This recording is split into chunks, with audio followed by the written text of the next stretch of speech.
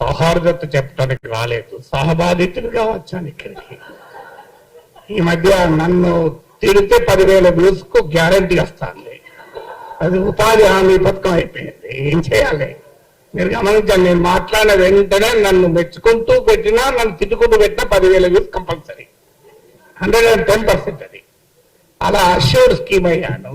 కానీ ఇక్కడ మహిళా జర్నలిస్ట్ లో నేను నిజంగా మిమ్మల్ని మహిళా జర్నలిస్ట్ అనం, మీరు జర్నలిస్టులు అంటే మీరేం ప్రత్యేకంగా మహిళా జర్నలిస్టులు పురుష జర్నలిస్టులు ఉండరు.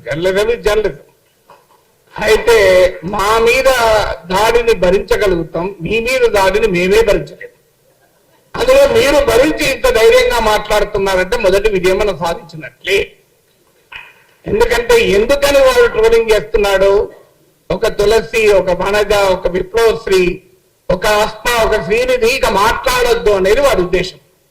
నేను బహిరంగ నటిక బిగ్గరగా మాట్లాడతా, ఏం చేసుకుంటే చేసుకోపోన్నాం. సో ఇది మొదటి విజయం.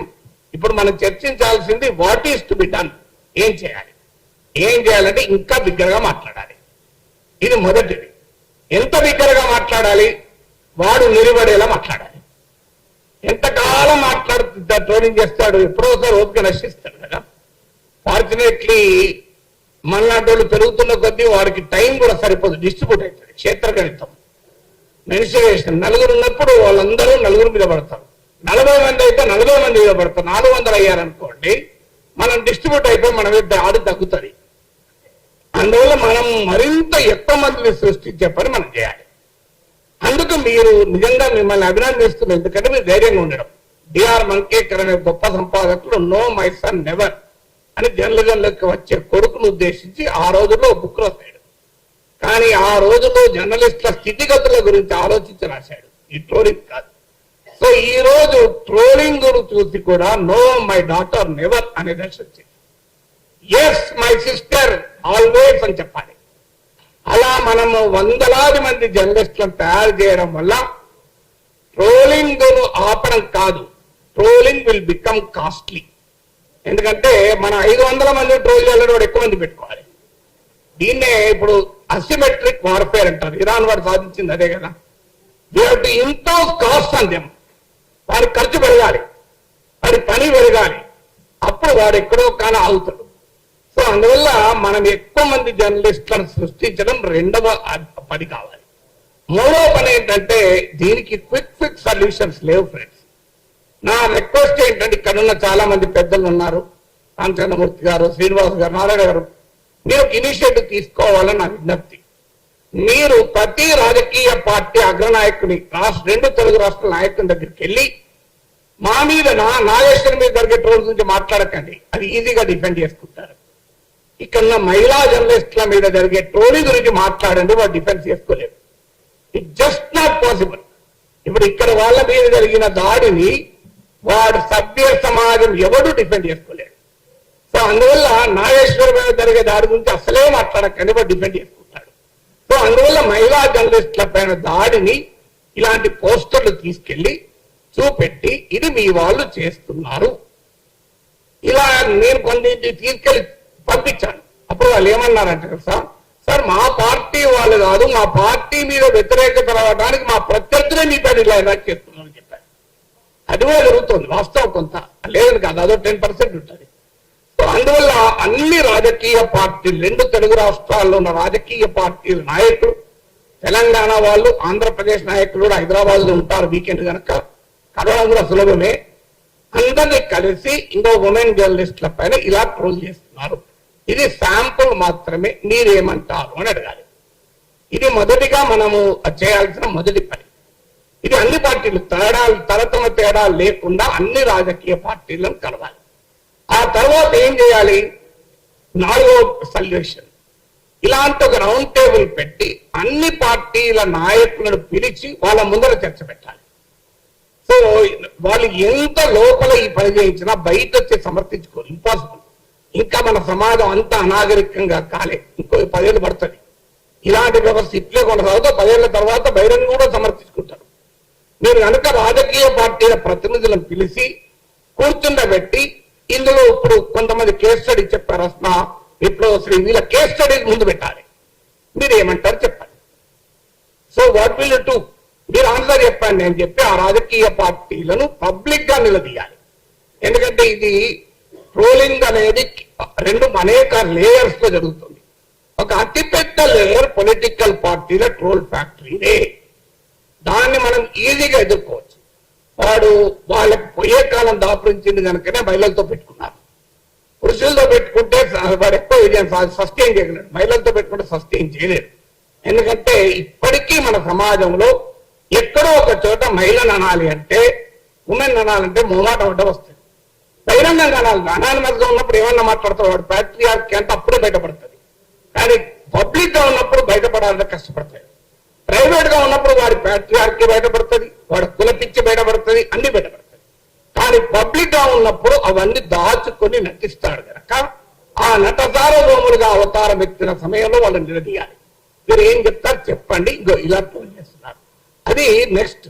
తర్వాత లీగల్ బ్యాటిల్ నాకు పెద్దగా నమ్మకం లేదు. ఎందుకంటే నేను 2023లో కేసు పెట్టాను. ఇప్పటికీ కేసు ఏమీ కాలేదు. నా సమయం వృధా అవుతాను. అందువల్ల ఆ కేసుల వల్ల ఏమీ ప్రయోజనం లేదు. నేను పోతే ఏమన్నారు కదా సార్, ముఖ్యమంత్రి పైన ట్రోలింగ్ ఉన్నది సార్, మిమ్మల్ని ఏం చెప్తాను. సో అందువల్ల ఐ హావ్ నో బిలీఫ్. చెయ్యొద్దని అంటలేడు, కానీ ఐ హావ్ నో బిలీఫ్. ఇంకొకటి చెప్తాను. ఈ మధ్య నా గురించి 2 టీవీ ఛానల్ పెద్ద డిబేట్లు పెట్టి, సో ఆన్లైన్ లో సోషల్ మీడియాలో ఎంత బూతులు తిడతారో టీవీలో కూడా బూతులు తిట్టారు. ఇంకా దారుణం. 2 టీవీ ఛానళ్ళు. ఒక టీవీ ఛానల్లో యాంకర్ ఆపాడు, ఇంకో టీవీ ఛానల్ యాంకర్ ప్రోత్సహించాడు. ఆ టీవీ ఛానల్ యజమానికి నేను ఫోన్ చేసింది. ఎందుకంటే ఈ మధ్య నా మీద 20 నిమిషాలు మాట్లాడాడు. 20 నిమిషాలు ఆయన పాపులర్ కామెంటరీలో నా గురించే మాట్లాడాడు, దేశంలో ఏ సమస్య లేనట్టు. నేను ఫోన్ చేసి అడిగాను, నువ్వు అద్భుతంగా విశ్లేషణ చేశావు, కానీ ఒక్క మాట అయినా ఇంత నీచంగా నాగేశ్వరరావు తప్పని అనే ధైర్యం ఎందుకు చేయలేకపోయావు అన్నా. పోనీ నీవు కేసులు పెట్టినందుకు రైట్ అని చెప్పుకునే ధైర్యం ఎందుకు చేయలేకపోయావు చెప్పండి అన్నా. తప్ప నువ్వు అలా ధైర్యం చేయాలి, పోనీ రైట్ అని నన్ను ధైర్యం చేయాలి, నాకు అభ్యంతరం లేదు. అంటే ఆ కేసులతో ఏమవుతుంది, నా మీద కూడా ట్రోలింగ్ జరుగుతుంది అంటాడు. సో అందువల్ల దయచేసి ఇక్కడ ఉన్న జర్నలిజం పెద్దలకు నా విజ్ఞప్తి ఏంటంటే, ఇది ఆన్లైన్ మీడియా కాదు, మెయిన్ స్ట్రీమ్ మీడియాలో కూడా అతి నీచంగా నా పైన 1 hour డిబేట్ పెట్టి చర్చించారు. ఓకే, నీ ఇమాజిన్ మెయిన్ స్ట్రీమ్ డిబేట్ లో నీచంగా వ్యక్తిగతంగా మాట్లాడారు, కానీ దాన్ని ప్రోత్సహించినారు ఆ టీవీ ఛానల్స్. సో ఈ ధోరణి నాతో మొదలైంది. మీరు చూడండి, భవిష్యత్తులో ఈ టీవీ ఛానల్ కూడా ఆ ట్రోల్ ఆర్మీల ఎక్స్టెన్షన్లే. మనందరికీ తెలుసు ఈ ట్రోల్ ఆర్మీలను ఏ రాజకీయ పార్టీలు పోషిస్తున్నాయో ఆ టీవీ ఛానళ్లను కూడా అవే రాజకీయ పార్టీలు పోషిస్తుంది. ఇందులో అనుమానం లేదు. అందువల్ల వాళ్ళు కూడా అవే పనిచేస్తున్నారు. అందువల్ల వారి యాజమాన్యాలపైన కూడా ఒత్తిడి తేవాలి. డిబేట్ పెట్టండి, ఎవరన్నా మేమన్న మాటలు ఖండిస్తూ ఇది ఎంతన్నా డిబేట్ పెట్టండి. కానీ మీకు ఎవరిచ్చారు అధికారం నీచంగా వ్యక్తిగతంగా మాట్లాడటానికి? కనీసం ఆ డీసెన్సీ అన్న టీవీ ఛానల్ పాటించాలి కదా, అట్లీస్ట్ మెయిన్ స్ట్రీమ్ మీడియా అన్న పాటించాలి కదా. పోనీ ఆన్లైన్ అంటే ఎనానిమస్, వాడు ఎవరో తెలియదు, కానీ టీవీ ఛానల్ తెలుసు కదా మనకు. వాళ్ళు నాతో కూడా డిబేట్లు పెట్టిన యాంకర్లే కదా. మళ్ళీ విచిత్రం ఏంటంటే, మరి ఎలా మాట్లాడాలి? వాళ్ళు రాజకీయ పార్టీ అధికార ప్రతినిధులను పిలిపించి ఆ అధికార ప్రతినిధుల చేత నీచంగా తిట్టిస్తున్నారే. ఈ టీవీ ఛానల్ కన్నా సిగ్గుండాలి కదా. సో ఎందుకు ఈ మాట చెప్తున్నా అంటే, మెయిన్ స్ట్రీమ్ మీడియాలో కూడా ఈ ట్రోలింగ్ ఎగబాకుతోంది. ఈ ధోరణి రాబోయే కాలంలో మరింత ప్రమాదకరంగా మారుతుంది. ఎందుకంటే ఇక నెక్స్ట్ ఏం చేయాలి, ఇవన్నీ మనం what is to be done అనే దాంట్లో ఏం చేయాలి అంటే, సమాజానికి sunlight is the best disinfectant అన్న సుప్రీంకోర్టు. అంటే మనం ఇంకా ఎక్కువ మాట్లాడడం వల్ల మాత్రమే, ఓ తత్వవేత్త అంటాడు, అదే పద్ధతి విస్తారమైన సమాజాన్ని మనం వెనకాల నడిపించుకోవడమే. దానికి పరిష్కారం ఏంటంటే, శత్రువు మనని కొడితే ప్రజలకు తాకాలి, మనము శత్రువును కొట్టితే కూడా వారి వెనకాలన్న ప్రజలను స్పందించేలా చేయాలి. అందువల్ల ప్రజా సమస్యల పైన మరింత ఎక్కువగా మాట్లాడితే వద్దన్నా వాళ్ళే మన రక్షణకు వస్తారు. నువ్వు నన్ను ట్రోల్ చేస్తావు, నేను విశాఖ స్టీల్ ప్లాంట్ కార్మికుల తరఫున మాట్లాడినా, వాళ్ళు చూసుకుంటారు. నువ్వు నన్ను ట్రోల్ చేస్తావు, నేను పొగాకు రైతుల పక్షాన మాట్లాడినా, ట్రోల్ చేసి చూసుకో, వాళ్ళు చూసుకుంటారు. నువ్వు ట్రోల్ చేస్తావు, నేను ఆక్టా రైతుల పక్షాన మాట్లాడినా, నీవు ట్రోల్ చేస్తావు, నేను తెలంగాణ పోలీసులకు ఉద్యోగాలకు బాధపడుతున్న నిరుద్యోగుల గురించి మాట్లాడతా. ఏం చేస్తావో చూడండి. అందువల్ల నేను ఈ మధ్య పనిగట్టుకుని ఇదివరకన్నా ఎక్కువగా ఎక్కడ ప్రజా సమస్య ఉందో జల్లెడ పట్టి వెతికి వాళ్ళ గురించి ఎక్కువ మాట్లాడుతున్నా. ఎందుకంటే అల్టిమేట్ గా ప్రజలే మన కవచము, అది గుర్తుపెట్టుకుందాం. సో అందువల్ల మరింతగా ప్రజా పక్షాన విస్తారమైన జనం సమస్యలు మనం తీసుకొని జనం భుజాల మీద తుపాకీ పెట్టి మనను వాడు ట్రోల్స్ భుజాల మీద తుపాకి మనం కాలుస్తున్నారు కదా, మేము జనం భుజాల మీద తుపాకి పెట్టి ఈ సంగతి చెప్తాం. అప్పుడు ఏమంటారు చూడండి, మీరు మమ్మల్ని కొడతానంటే ఆ ప్రజలే మా రక్షణకు వస్తారు. అది మన అనుభవం అందరిది కూడా. అందువల్ల ఇలా మనం ఆలోచించాల్సింది ఏంటంటే తత్వవేత్తలు సమాజాన్ని పరిపరి విధాలు నిర్వచించాలి. ఈ ట్రోలింగ్ గురించి 100 రకాలుగా చెప్పగలిగే సామర్థ్యం ఉన్న వాళ్ళు, అనుభవం ఉన్న వాళ్ళు ఇక్కడ చాలా మంది ఉన్నారు. Let us find a solution. అందువల్ల కొన్ని సొల్యూషన్, ఎవరి దగ్గర పర్మనెంట్ సొల్యూషన్ లేదు. సుప్రీంకోర్టు మాట అంటది, హేట్ కు పరిష్కారం ఏంటంటే ఫ్రెటర్నిటీ అమౌంగ్ సిటిజన్స్ అని సుప్రీంకోర్టు తీర్పులో చెప్పింది. ఇవాళ మీరు పెట్టింది సరిగ్గా అదే పని. Fraternity among fellow journalist will always be a solution. అందువల్ల నా అపీల్ ఏంటంటే హైదరాబాద్ ప్రెస్ క్లబ్ నా అపీల్, మీరు ఇనిషియేటివ్ తీసుకొని రాజకీయ పార్టీల నాయకుల్ని ప్రముఖుల్ని పిలిచి, వాళ్ళు ఏదో బచ్చగాలను పంపిస్తారు, అలా కాకుండా పెద్దవాళ్ళను పిలిపించి ఈ ఉమెన్ జర్నలిస్టులు పడ్డ కష్టాలను వాళ్ళ ముందు పెట్టి మీరు ఏం మాట్లాడతారో చెప్పండి అని నిలదీద్దాం. కనీసం పబ్లిక్ షేమింగ్ చేస్తానన్న రాజకీయ పార్టీలే కాదు, మీరు ఆ సాంస్కృతిక సంఘటనలే కావచ్చు, సామాజిక సంఘాలే కావచ్చు, వారి సైన్యం ఎవరి సైన్యం అయితే దుర్మార్గం చేస్తుందో ఆ సైన్యాధిపతులను పిలిపించి సభ్య సమాజం ముందు ఎక్స్పోజ్ చేద్దాం. ఇంకొన్ని ఆలోచనలు చేద్దాం. ఇది ఇస్ ఓన్లీ ఏ బిగినింగ్. నా రిక్వెస్ట్ ఏంటంటే ఈ యుద్ధంలో మనం పొరపాటున కూడా భాష మారద్దు, మాట మారద్దు. మనను ఎదుటివాడిని నుంచి దూరం చేసే, ఏలినేట్ చేసే ప్రయత్నాలు కూడా జరుగుతాయి.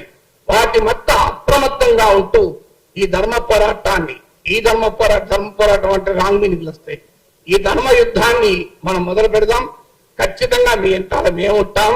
ఒకటే దీనికి పరిష్కారం, మీరు ఒక్కడు ట్రోల్ చేస్తే మేము ఇంకా 100 సార్లు మాట్లాడతాం. నీవు నెరిపడతావా నేను నెరిపడతావా చూద్దాం. భగత్ సింగ్ అన్న 10 మాటలు ఉన్నాయి సార్. పడోసి కి తమన్నా హై, ఆశా హై దిల్ మే, దేఖ్నా హై జోర్ కితనా బాజు ఏ కాతిల్ మే అన్నాడు. నువ్వు ఎంత తాడి చేస్తావో, నీ దగ్గర ఎంత శక్తి ఉందో చూద్దాం, నా దగ్గర ఎంత శక్తి ఉందో చూద్దాం. అందువల్ల ఈ పోరాటాన్ని, ఈ జర్నలిజాన్ని మరింత ఉధృతంగా తీసుకెళ్లడమే సమస్యకు ఒక పరిష్కారం. ఇదొక వార్. ఈ వార్లో పోరాడిన వాడిదే గెలుపు. అందువల్ల మనం పోరాడుదాం, ఐక్యంగా పోరాడదాం, విజయం సాధించుదాం. Thank you very much.